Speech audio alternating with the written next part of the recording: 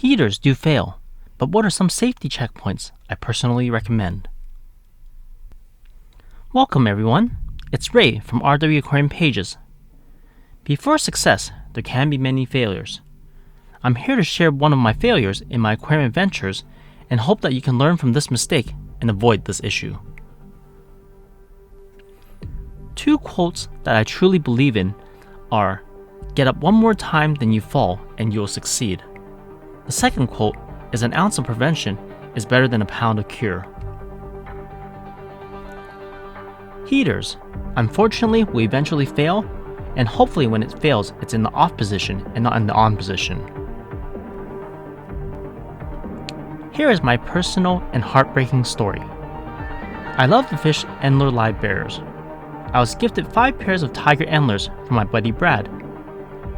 Inside this tank, they did very well and bred to about 100 of them in this colony.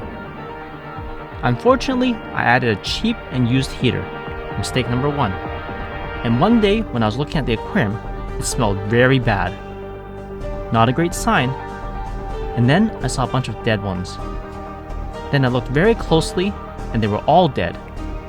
It was very traumatizing. I wondered why.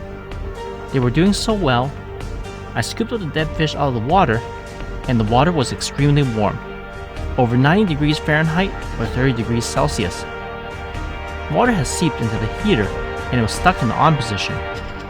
My poor fish. There's a few ways to prevent this falling issue. The easiest tip is, don't buy used heaters. But I'm sure you know, everyone's on a budget, and when we find a great deal, sometimes there's a risk. But is it worth it to you? The next tip is to replace the heaters annually. It's very pricey and there's still a risk, but it lowers the risk before it fails. Another tip would be to buy a more reliable brand, like the Eheim Jagers. They've worked well for me in the past. In 25 years of aquarium keeping, knock on wood, I haven't had a failure on them yet. The best tip that I'm saving for last is to use an aquarium heater controller. They work by using a probe or multiple probes, and they turn on or off the heater. Some of them have audible alerts, and some of them have email and text alerts.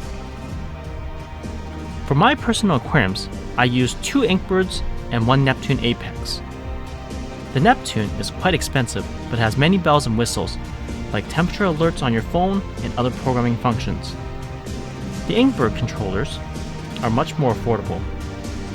One of them, which I'm going to show, has Wi-Fi alerts, and it connects to my smart home, and it can alert me on my phone when the temperature goes out of range. I'll provide a link that I mentioned about this product below.